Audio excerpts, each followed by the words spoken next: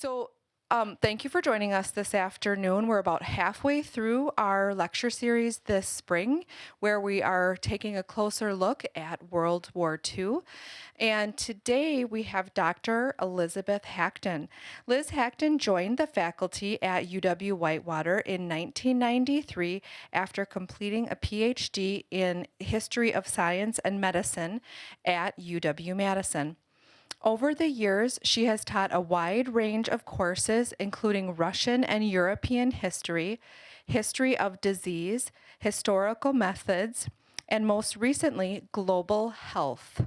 Since 2006, Liz has served as the Assistant Dean in the College of Letters and Sciences, and she is the coordinator of the General Education Program.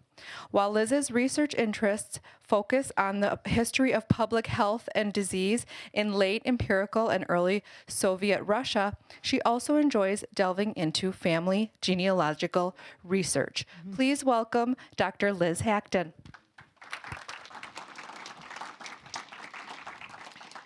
Thank you, everyone. That note about genealogical history refers to my last lecture, which was in the World War I series when I talked about health and disease during that conflict and referenced my grandfather's experience on the Western Front. So today we're in a different war and a different theater of that war. As you can see, we're going to be talking about trying to delve into and understand better the Soviet experience, or I should really say experiences, of World War II. And I really should have said not World War II, but the Great Patriotic War, because that is the way that not just the Soviets refer to that conflict, but even today in the former countries of the former Soviet Union. So we'll get into that a little bit as well. But first, this should look familiar, right? April 25th, 1945, that was the date that Soviet and American troops met on the River Elbe in Germany, marking an important step towards the end of the conflict in Europe. And when we look at that picture of Lieutenant William Robinson and Lieutenant Alexander Silvashko, and the time cover that goes along with it, what I think we all think about is here are the two key partners in the defeat of Nazi Germany, right? Celebrating that moment. And it's not to say that both the U.S. and the Soviet Union weren't crucial in this conflict, but I would suggest that the contributions of the two parties should be weighed a little differently than we generally do, at least in the American popular imagination. Because contrary, again, to common assumptions here in the U.S., the invasion of Normandy, the Italian campaigns, the Battle of the Bulge, these were not the decisive battles to defeat Hitler.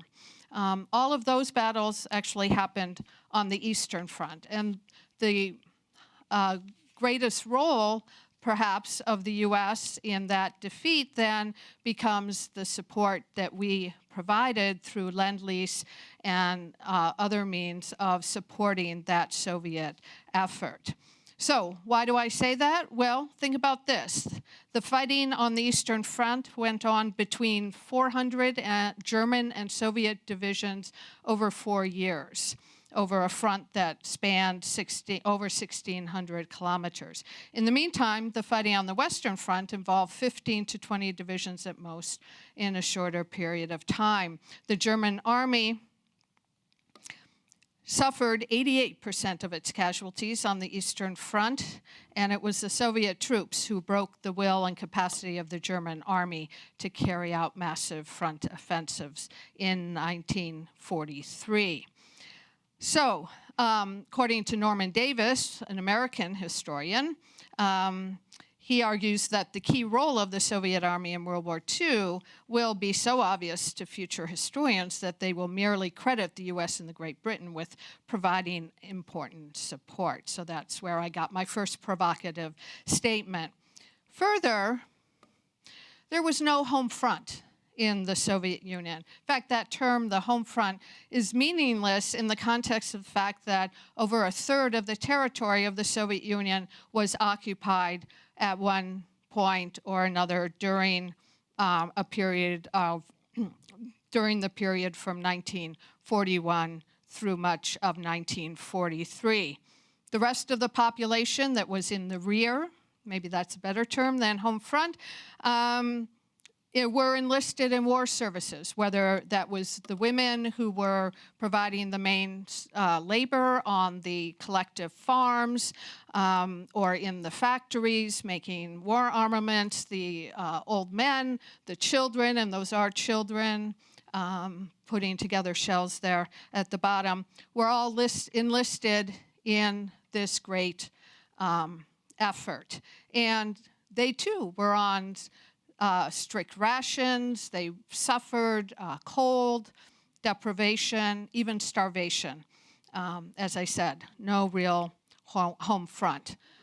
Now, the U.S. did provide a lot in this particular sort of Soviet-oriented story as the arsenal of democracy, the materials, the amphibious vehicles, the Ford trucks, the Sherman tanks, the planes, the Svinaya Tushnaya, which is Spam.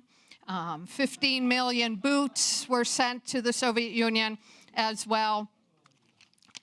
But the biggest price was paid by the Soviet Union. And that becomes even clearer, too, when we look at casualties. And one warning is just that all of these statistics are very fraught and contested numbers.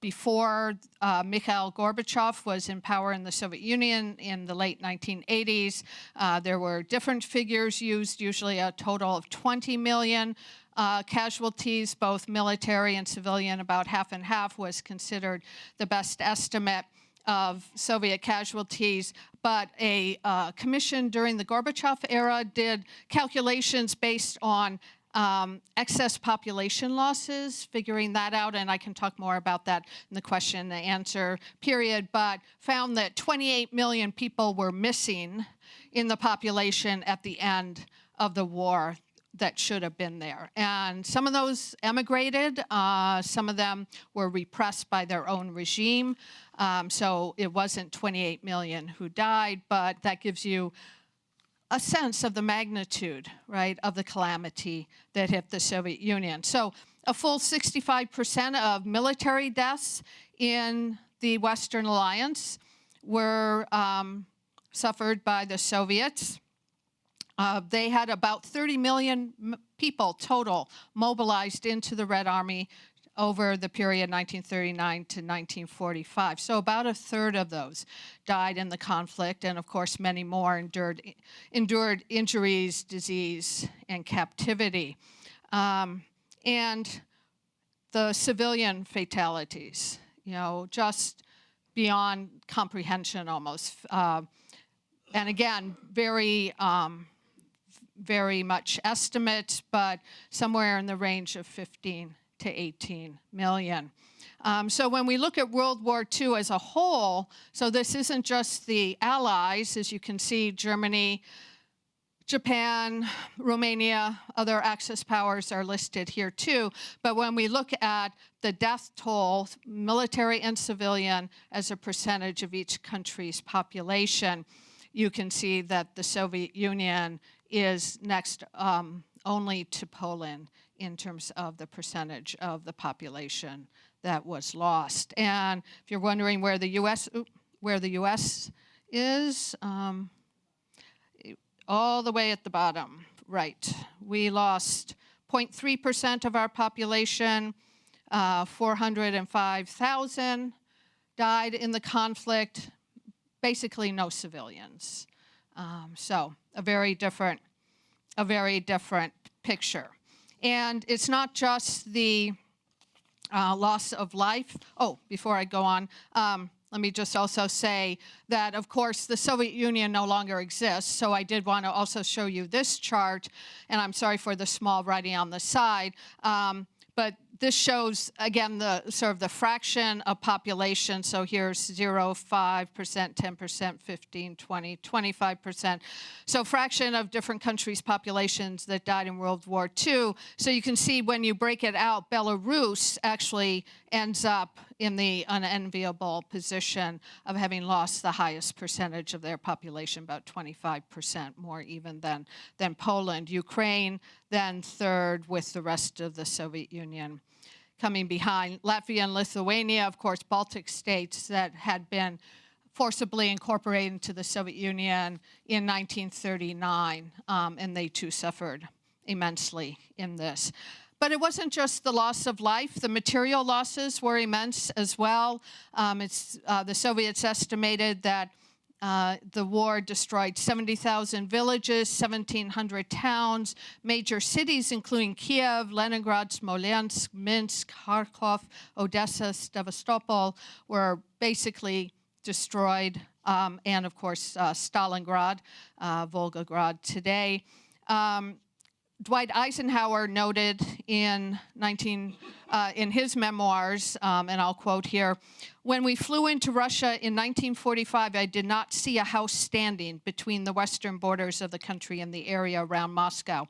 Through this overrun region," Marshal Zhukov told me, "so many numbers of women, children, and old men had been killed that the Russian government would never be able to estimate the total." So, in short, at least 60% of households in the Soviet Union lost at least one member of their nuclear family in this conflict, and it's been estimated that 800 people died every minute. So that is amazing, right? And just awe-inspiring in sort of that, in the original meaning of that term. Yet we know so little and remember so little in the United States about the Eastern Front. In fact, much of what we know about the Eastern Front actually has come from German eyes because of the Cold War, right? And the fact that we were cut off from and enemies with the Soviet Union for so many decades after the end of the war. In fact, when you ask someone of a certain age, what does the Eastern Front mean to you, they might mention a joke in Hogan's Heroes, for example. Or maybe they will think of a couple of recent movies. There's been 2 movies in the West I could think of. Enemies at the Gate in 2001 about the Battle of Stalingrad, specifically a sniper duel. And then Defiance, a film in 2008 that focused on Jewish partisans in Belarus. Luckily, there are more films now available, particularly films available to us from the Soviet Union, from Russia, Ukraine, and so on. And I'm happy to mention some. If you want some ideas of what to watch, I can do that. Talk about that in the question and answer. But what I'd like to do now is sort of challenge our imagination, because I think, as I said, I think that Americans just have so little conception of what the Soviet Union's experience was in World War II, maybe because we didn't suffer the same kinds of, in the same kinds of ways. So imagine this.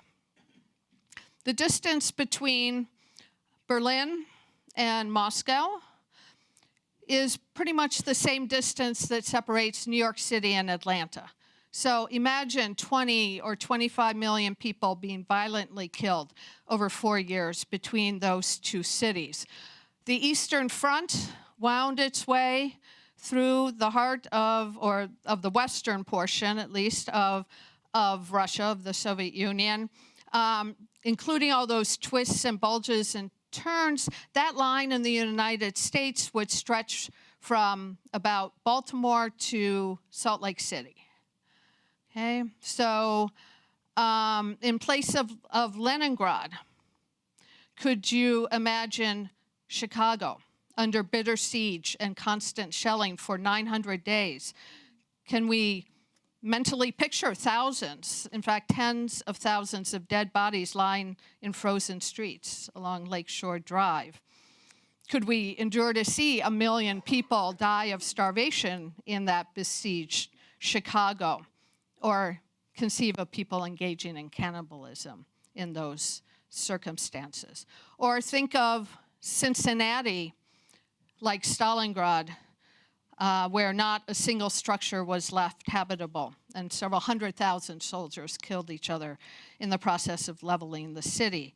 So, as you can see, if you start to mentally switch the names of cities and the circumstances, maybe that starts to underline some of the difference of experience.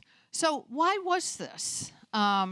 What accounts for this, immense loss of life? After all, the Nazis invaded and occupied numerous countries in Western Europe, right? So what accounts for this immense loss of life of civilians as well as military personnel in the Soviet Union? Well, it all has to do with Nazi ideology. Nazi ideology and war aims were significantly different in the East versus the West. Hitler's occupation of countries like Denmark and France was harsh, but it wasn't aimed at inflicting widespread depopulation with the exception of the Jews. And while the Germans looted large amounts of raw materials, art, gold, etc., they left enough food to prevent people from starving. And they left the civilian rule of law pretty much in force in those countries during the war. French, English, and American soldiers who were captured by the Germans were housed and fed at or above subsistence level, and most were repatriated after the war. In the East, it was entirely different, right? We know Hitler's beliefs concerning the Jews, but maybe you've forgotten that his dark convictions concerning inferior races extended to the Slavs as well. And Hitler saw the Slavs as subhuman or an inferior race, and he saw everything east of Poland as the ideal place to provide that Lebensraum, that extra living space for the Germans, for the Aryan race. But it was necessary to push the Slavs and the Jews out or exterminate them if they failed to move. So this ideology was reflected in orders to the German army. Let me just read from orders that were shared by German General Erich Hachten in May 1941. And I quote, "The war against Russia," so it's right on the eve of the invasion of the Soviet Union, "the war against Russia is a fundamental part of the German people's struggle for existence. It is the old struggle of the Germans against the Slavs, the defense of European culture against the Muscovite Asiatic deluge, the defense against Jewish Bolshevism. This struggle must aim to smash the Russia of today into rubble, and as a consequence, it must be carried out with unprecedented harshness." In addition to those orders and the notion of Lebensraum, of creating a space for German colonization on the fertile plains of Ukraine and the Volga Basin, there was another plan, der Hungerplan, that the German government had developed, and that was to, in the immediate aftermath of the invasion, the plan was to seize food from the inhabitants of the Soviet Union and give it to German soldiers and civilians, thus entailing death by starvation of millions of racially inferior Slavs. So the premise was that not just that the inhabitants of the Soviet Union should provide food for the conquering soldiers, but that the food would be taken away from them in a deliberate plan to starve to death up to 20 to 30 million people in that area that they occupied. As it turned out, the Nazis never had as much control over that area as would have been needed to completely carry out that plan. But when we think about those millions of civilian deaths, at least half of them were due to starvation. And so in that sense, it was successful, or it did happen, even if it wasn't the full Hungerplan. Now, there's another context for why the war in the East was so horrific, and that actually is due to Stalin and the Communist Party and the Soviet leadership. And I don't have time to go into all of the horrific events of the period from 1914 to the revolution of 1917, the Civil War of 1918 to 1921, the resulting famine of 1922 to 23, the forced collectivization of the peasants that led to an artificial famine in Ukraine and southern Russia that took the lives of 7 or 8 million people in 1933 to 34. The tens of thousands of people who died in the forced industrialization push in the early to mid-1930s, or the millions who were repressed during the Great Terror of the mid to late 1930s, including much of the leadership of the Soviet Red Army, and either executed or sent to the Gulag. So there was a lot that, well, let me just put it this way. If you want to measure Stalin against Hitler in terms of mass murder, Stalin was way ahead in 1941. Now Hitler pulled out in front of after that, but so some of the context here is the fact that, why were the military casualties so high? Well, Stalin was intent on not surrendering cities. You couldn't give up Stalingrad, right? You couldn't surrender that, not just because of its strategic position, but because it's the city of Stalin, or Leningrad, the city of Lenin. So countless soldiers and civilians suffered from that. He didn't listen to his intelligence services on the very eve of the invasion. He was sure that he knew Hitler's mind and that Hitler was not planning an invasion in June 1941. Of course, he was wrong, and because of his overweening confidence in Soviet might, he refused to allow the army to develop defensive plans to counter the German onslaught.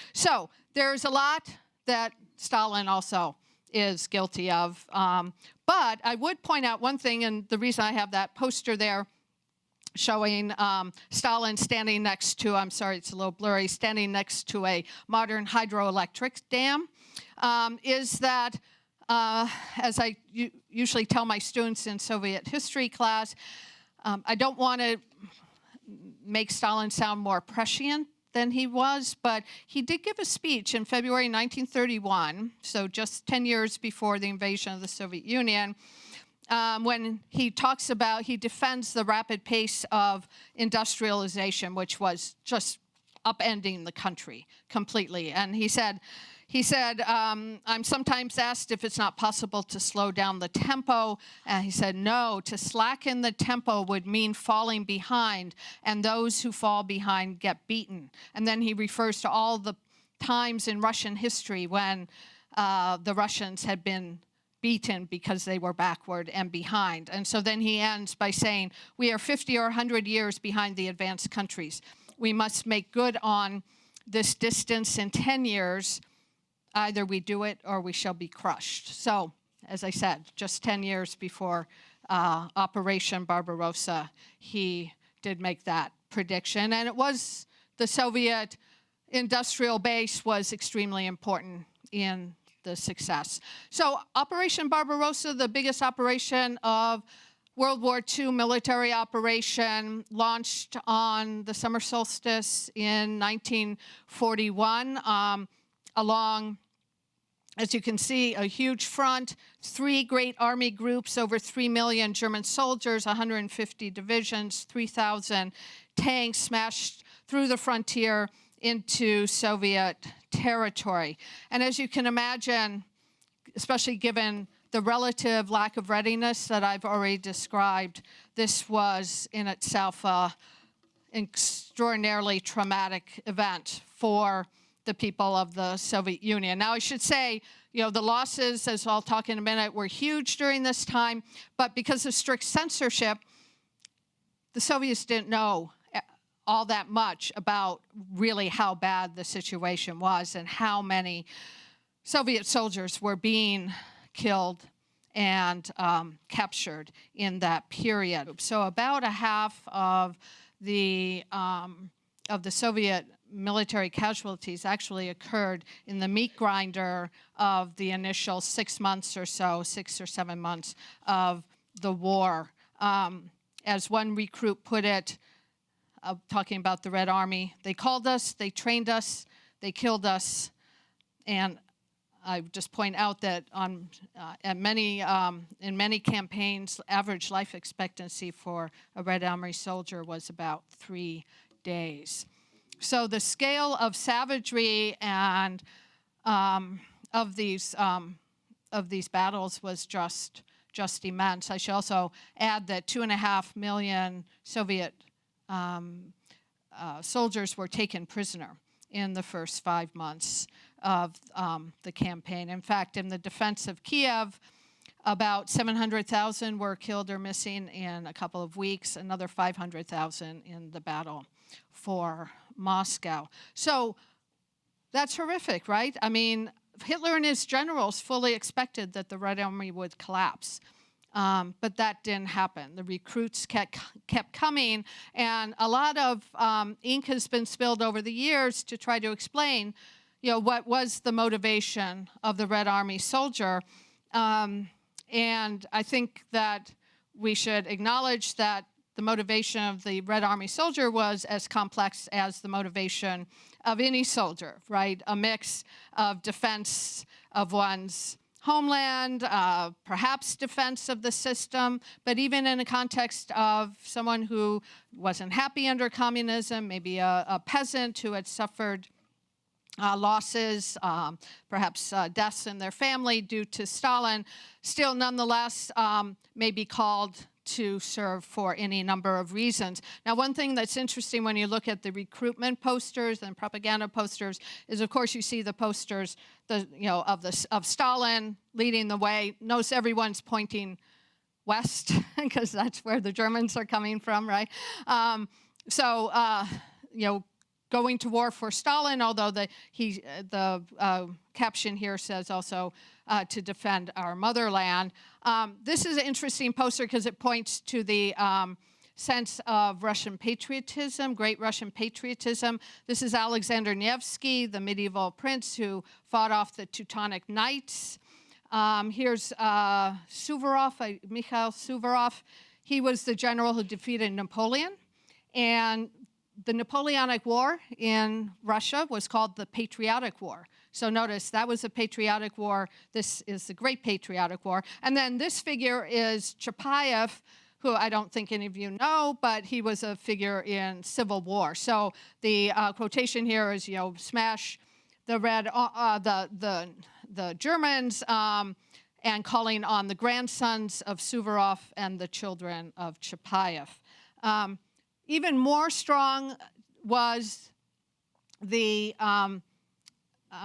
visuals around the figure of the mother, right? And so the poster here on the left, Rodina Mat Zovет, the motherland calls, or the motherland calls you. She's holding basically the enlistment papers. Okay, that's what that says there. And so that figure of the motherland, also for the motherland, this poster says. And so here the mother has a child as well. And what's interesting here is the different ethnicities of the Red Army soldiers depicted, since, of course, the Red Army was a multi-ethnic army. So especially the idea of the Rodina Mat, the motherland, a very strong sort of implication there of defense of one's native soil, right? Defense of the family, of the place where you were born. And so I think that, is something to think about. It wasn't just about ideology for the Soviets, at least. Now, so this clip is from a movie called She Defends the Motherland, made in 1943. It's one of the first wartime films, feature films made in the Soviet Union. They had to move the whole movie industry east to Kazakhstan from Moscow to escape the invasion, and so it took them a while to get set up again. In the early days of the war, so in 1943, the first movies tended to actually be focused on partisans, because that, could tell a story that could be a satisfying story about at least temporary triumph, revenge. And the interesting thing, too, is that in several of these movies, the main character is a woman. So this is where there, as you can see, at the wedding of two young members of the partisan band. So let's hear from the partisans. Ну что ж, праздник так праздник. Сегодня нам сам Бог велел повеселиться. Так пожелаем же нашим молодым счастья и долголетия. Закашлялся.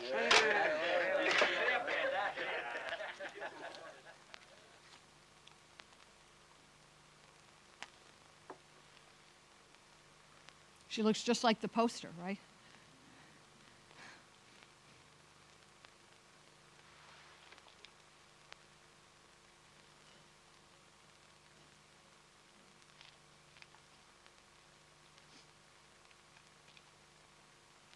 Что случилось?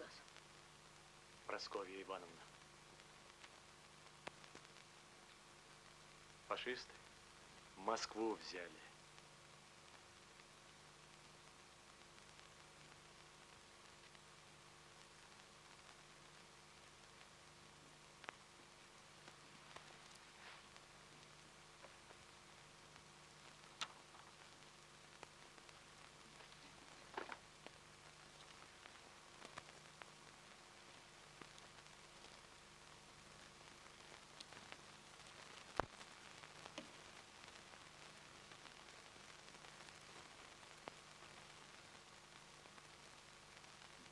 Говори. Фрицы по всем деревням праздник устроили. По радио кричат. Афишки расклеили. Барщину на один день отменили, сволочи. Взяли Москву. Врешь. Врешь. Говори толком, откуда известно. Да об этом только разговоры, Николай Николаевич. В Сосновке, в Осиновке был. Да всюду говорят. Кремль взорвали. Говорят, горит Москва. Много чего говорят. Повторять не хочется.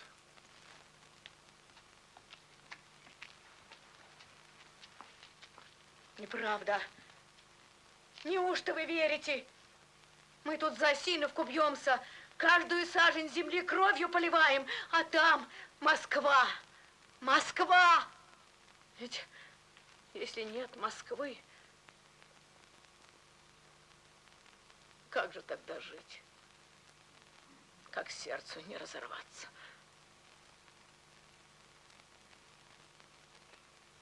Вранье.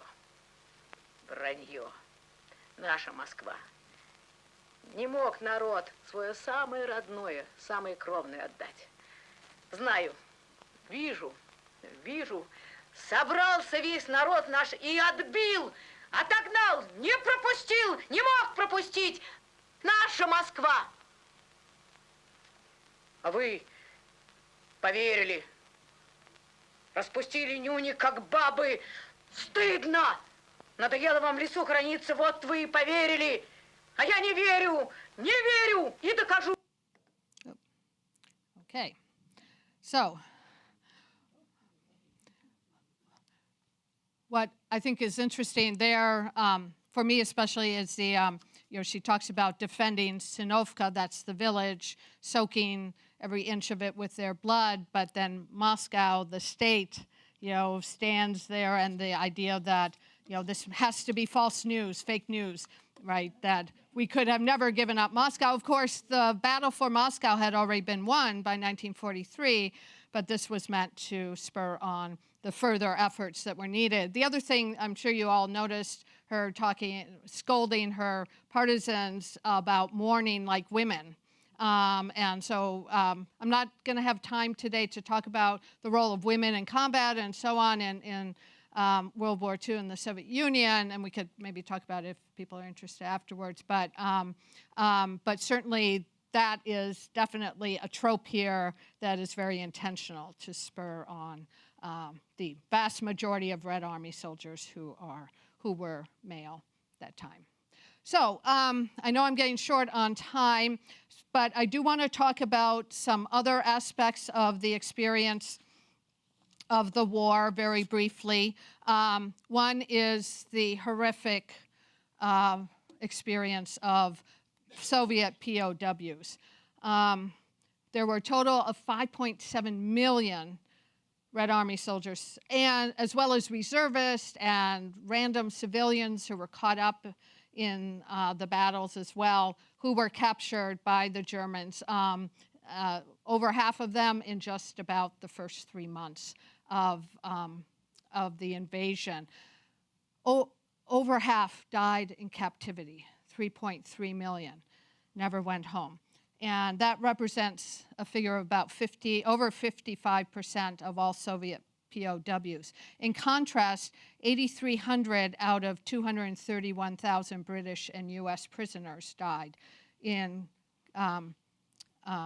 German captivity, or about 3.6%. So again, what we see here is the differential experience based on Nazi ideology. Most of those who died were starved, were literally starved to death. This is Himmler visiting a POW camp. Most of them were out in the open, any shelter the prisoners had they had to dig themselves in the dirt. This picture from German archives shows distribution of bread, which was never sufficient. So again, they were considered useless eaters, and this was a deliberate policy that contravened all international norms, right, for the treatment of prisoners. We're going to skip another movie clip, although if we have time later, maybe we could come back to it because it's an awesome clip about a Soviet POW. But in the interest of time, I want to talk a little bit as well about the experience of civilians in the occupied 1/3 of the Soviet Union. So about 45 million people lived in the area that came under German occupation. About 12 million of them fled, many of them after their houses and whole villages were burned. This is a sort of sequence of shots here. Of course, so much of the fighting took place in those villages, which, if you were lucky, you had left in advance, right, of the fighting. Millions died on the road, or at least hundreds of thousands died on the road. Those who remained faced an uncertain fate, and it depended on who you were, your ethnicity, your position in pre-war society, whether or not you would survive the actual occupation.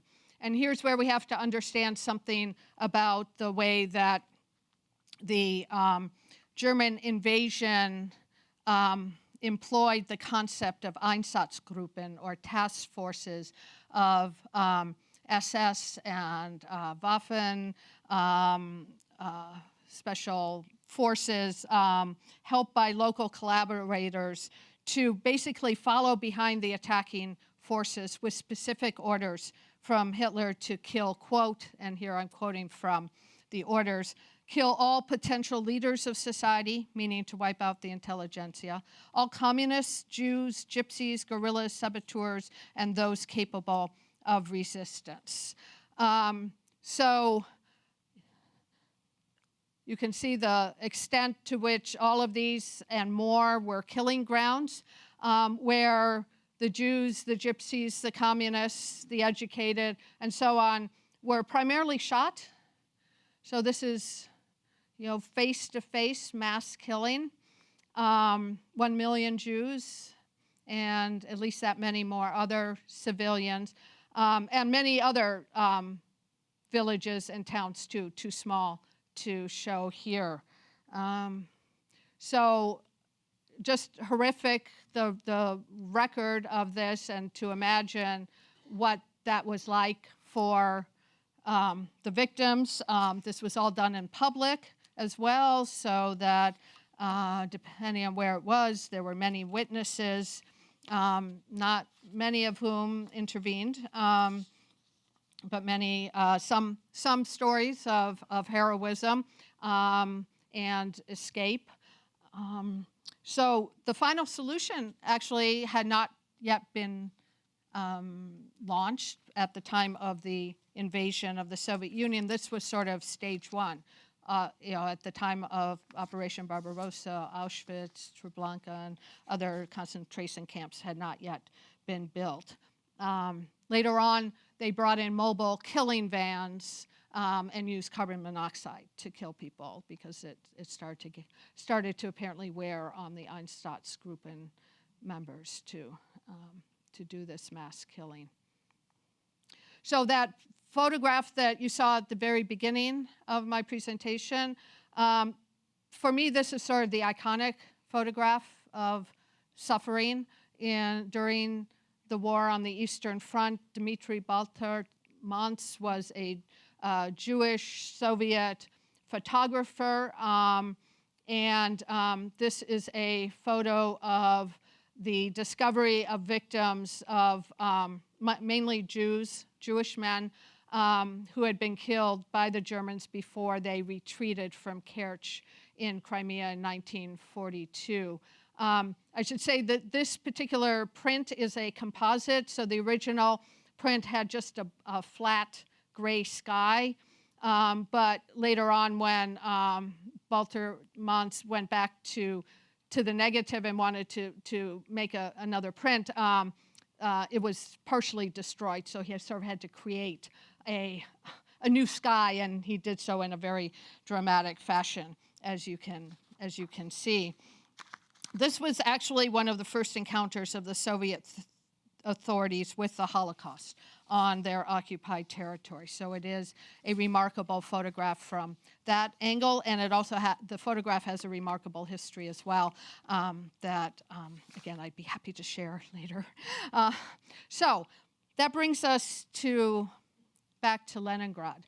So Leningrad, and again, this theme of hunger, starvation, the callous disregard for human life that was represented in the 900-day siege of Leningrad. At the beginning of that siege in September 1941, the Germans deliberately bombed all the food warehouses and fuel depots in the city. So the city went into the winter 1941-42, one of the coldest in the 20th century in Russia, with no fuel and very little by way of food. That man is holding his full daily ration of bread there, but by winter, the bread was not really bread anymore. It was filled with inedible fillers. People were reduced to eating their pets, eating the wallpaper paste, so stripping wallpaper from the walls and eating the potato starch-based glue. There was cannibalism in Leningrad. There was immense suffering. The ration at the height of this starvation in the winter of 1941-42 was 125 grams of bread, unless you were a factory worker, in which case you got double. 125 grams of bread. I weighed that this morning, and that's about 3 slices of my whole wheat bread. So, yeah, not very much. So it so happens, January 26, 2019, so just 2 months ago exactly, was the 75th anniversary of the lifting of the siege of Leningrad. And there was a celebration in what's now St. Petersburg. So I thought I'd end here because it seems fitting to think about Olga Bergolt's poet who lived through the Leningrad siege, the last lines of one of her poems that has become sort of an iconic in cemeteries across the former Soviet Union. Nobody is forgotten and nothing is forgotten. You can go online and read about the celebration in the cemetery. I came across a small interview with this woman. Her name is Tamara Chernukh. She's 81, and she lived through the siege. She was only 4 years old in 1941-42, and let me just read from the story. She told the Associated Press that she still can't forget the tiny pieces of bread that her granny used to put under her pillow as a night treat for a starving 4-year-old girl. In the daytime, Chernukh said, she and her baby cousin mostly stayed put under several blankets in the darkness. There was no heating during the first and coldest winter of the siege. And Chernukh's grandmother, who gave the bread out of her own scant food ration, told her that the crumbs would bring good dreams. The grandmother died from starvation before the siege ended. So this mourner here on January 26th, he's putting bread here on part of the memorial. So thank you for your attention, and I'm happy to take questions. We do have time for questions. Any questions? Okay, come around here.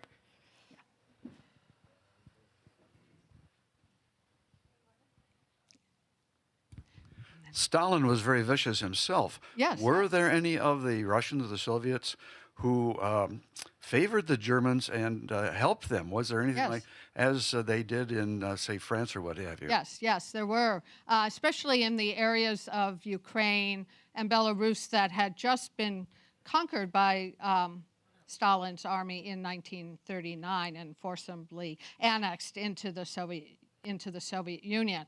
So initially, in many areas of the western part of the Soviet Union, the Germans were initially greeted as liberators.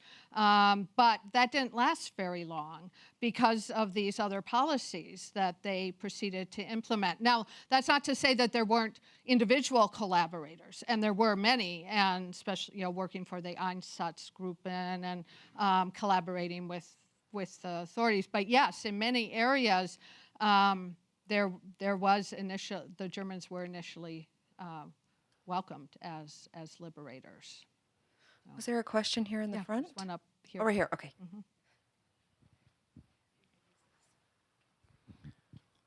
Well, there are so many things here. I guess first off, a big thing would be the air war.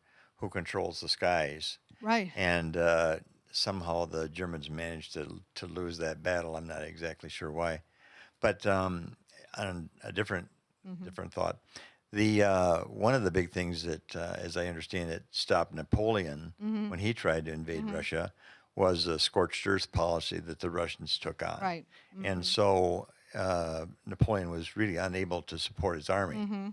And I think the same thing happened in World War II.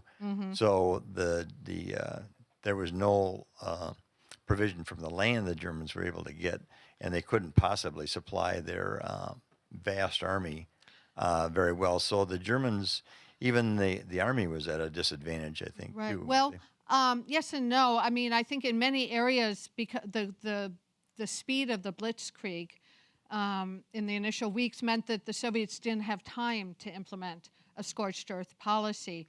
Now, of course, when you have fighting in the villages, you're going to have fields set on fire just as part of the battle and cows killed, right? So, I'm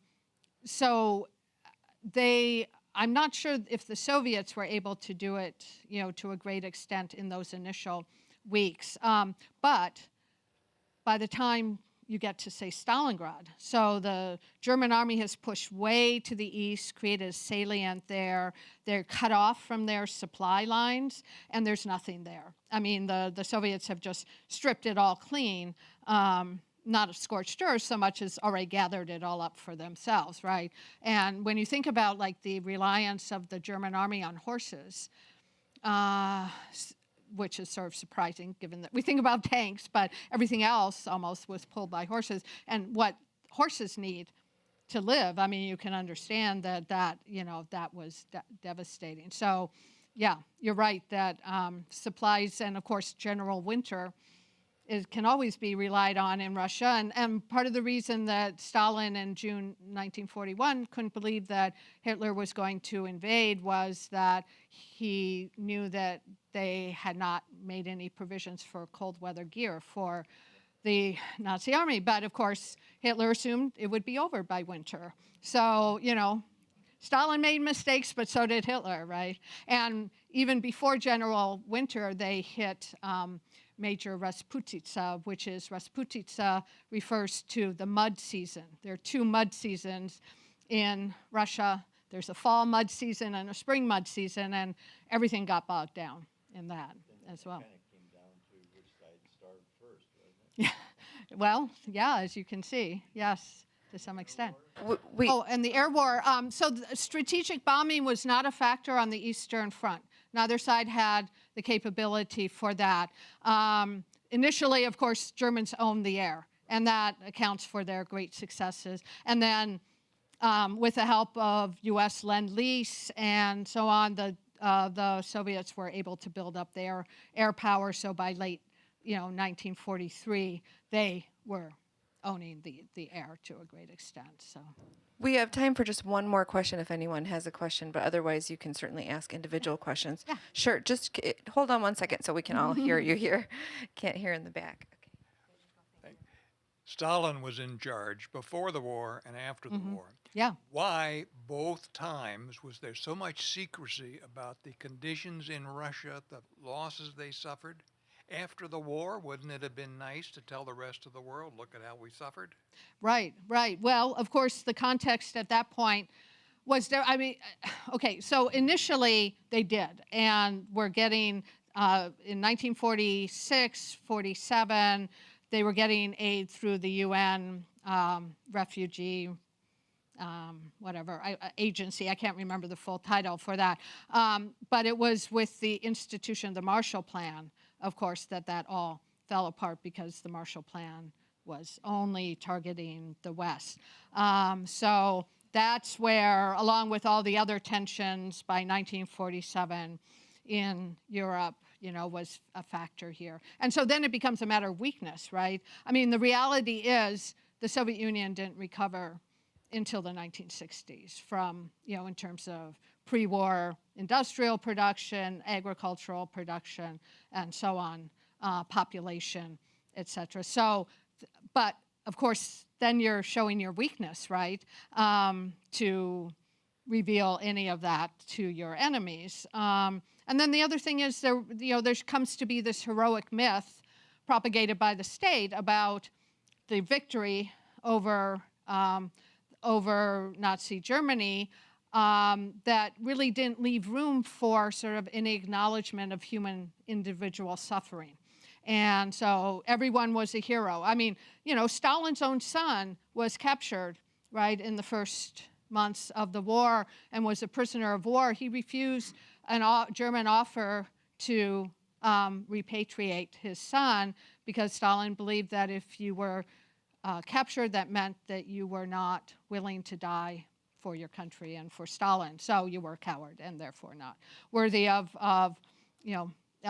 any respect or support. So I think that there's a lot that went on there that would help explain that. So okay. So if anyone has any other questions, they certainly can ask. But yes, thank you, Dr. Liz Hachten. Thanks, everybody.